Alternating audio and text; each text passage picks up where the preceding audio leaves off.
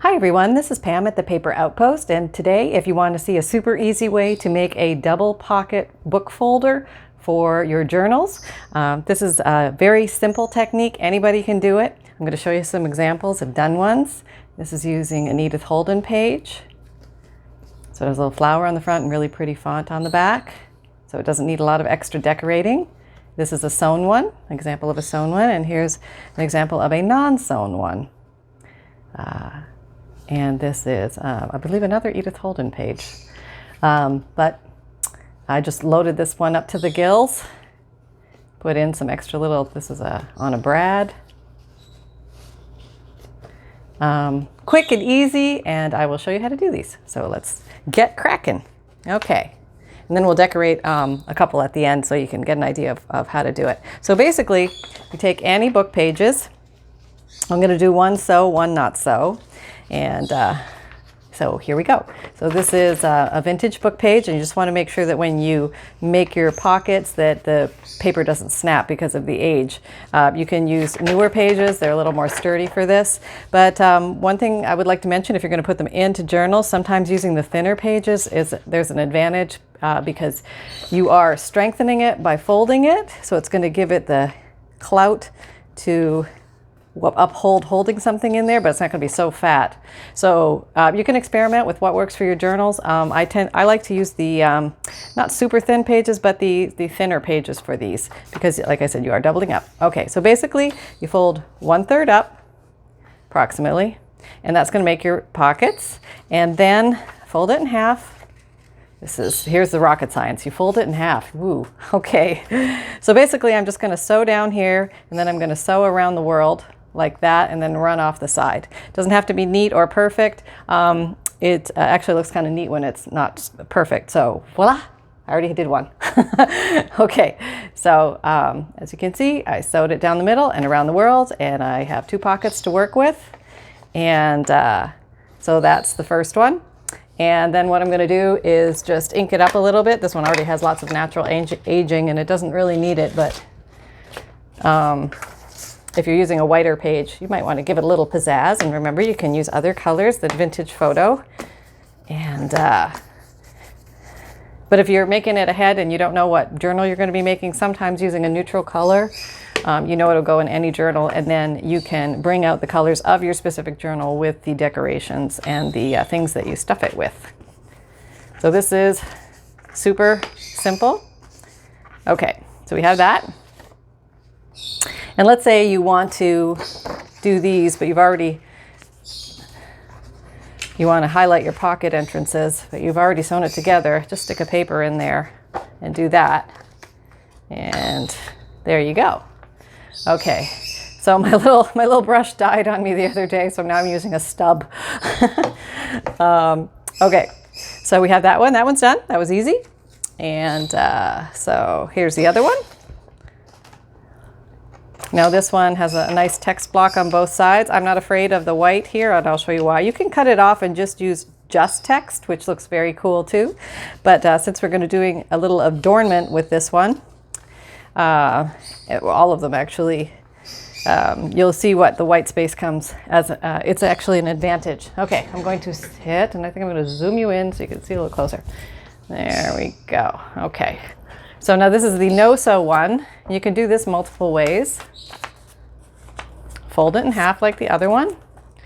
So it's basically one fold up and one fold in half. All right. And now what I used on my first one, you can glue these edges together, and you don't even have to close the edges. If you tuck things in there, they probably will stay, but I like to secure it a little bit. And so I put 3 staples here. You might be thinking, why are you using staples? They're showing. Well, what I'm going to do is do some faux stitching. Is that it, screen? Okay. And we're going to work with the staples to kind of give us a idea of, is that in line? Yep. Okay. And again, it doesn't have to be perfect. You can do them long or short. And we're just going around the world. You can use a ruler. You can not use a ruler. It might look more like hand stitching if it's more hodgepodge, or look like I sewed it. Okay, and then you can bury your staples in the stitches. And I'm going to do the bottom too. Quickly. And then up the middle. You can use different colors. You can use black, pink, blue, whatever you like. And I think with this one, I may go across here too, just to give a little extra dimension. Are we in? Yeah. Okay, so there we go. And all right, if I can quickly find my pink, I will pull out pink, and we'll do this one in pink instead. Okay, I kind of dirtied it up a little bit the other day with some brown. We'll see what we get. Okay, here we are, not using, oops, vintage photo.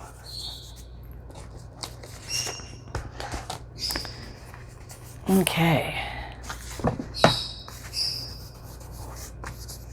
And again, you are pretty much done. Now this one won't have a seal in the center. You could glue it in the center, but it's a superfluous move, methinks. Unnecessary, truly. And these are nice and thin, and the only thing that's really going to make them fat is what you stuff them with. So you can use thin things or thick things. And okay, so there we have the two skeletons. Let me back out a little bit so you can see. All right. So there we go. And let's say we want to load these up and decorate them up a little bit. So I've got some things over here. I just grabbed a pile of stuff. And we'll see what we can put in them. Want some nice, here's a nice color for you. Maybe you would look good there. How about you here? And how about you here? Oh, anyways, a green would look nice with you. All right. And what do I got here? How about you? There, that looks good. And maybe a little one. So there you go. And you can put all sorts of different things in here. It's completely up to your imagination. There we go. And I'm going to put maybe a little more contrast in this one. Lift this birdie up so you can see her face. There you go. And you can use tall things, short things. You are not limited at all by these. It's only your imagination. And try different combinations. See what you like, what seems to speak to you. Maybe we'll put this guy in here. Okay, so let's say we want to decorate the fronts of these. Maybe we need a bird in here. Okay, there you go. Okay, so we've got the text on the front again, and you're not restricted by the orientation of your text. It doesn't matter whether it's this way or that way, but just remember that your pockets are full this way, so you may want to put your design facing up. So I had this little mushroom, and I thought he would look cute if I put him down. Let's see, who does he look cuter on? A or B? I think we're going to go here. And he has nice, see the white and the cream contrast? That looks nice. Now you can go ahead and age that up, but I'm just going to leave that white, stark white against the brown because I think that looks really cool. All right. And putting things on a little bit of an angle creates eye interest. All right. Now this one, he's too big. But we could cut him down a little bit. How about that? Yeah, let's just cut your bottom off. Okay, there we go. And I think I will ink him up a little bit on the corners to give him a little definition. Actually, going to need a little more definition because he's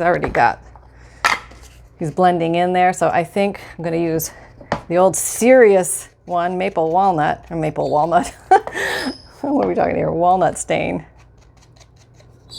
Ooh. And that it's going to give us a little more contrast. And you can layer it with little fabrics and things like that underneath, but I'm just going to show this to you. Whoops. So you can see an example of decorating the fronts. And you can certainly go a lot more dramatic on the fronts than I did, but I'll show you another one that I did a little earlier. Whoop, I haven't shown you yet. And I think I'll put them on an angle a little bit. I like to do that. And we got here. Anything? Yeah. Oh, that's kind of cute, huh? Oop, let's do it that way. Yeah. That there? Maybe there.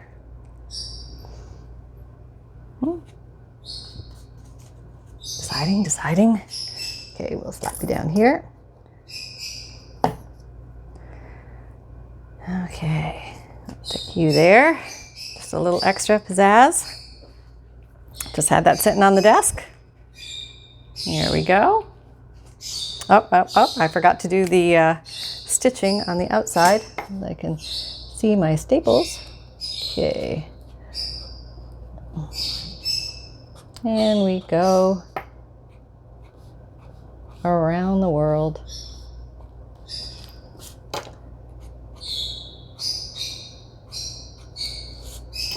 All the way. Okay, and you can go around the back as well, but I think you get the idea. And where is that little guy I did earlier? Oh yeah, here he is. So here's a very simple one that I did with just a butterfly cutout with a paper punch.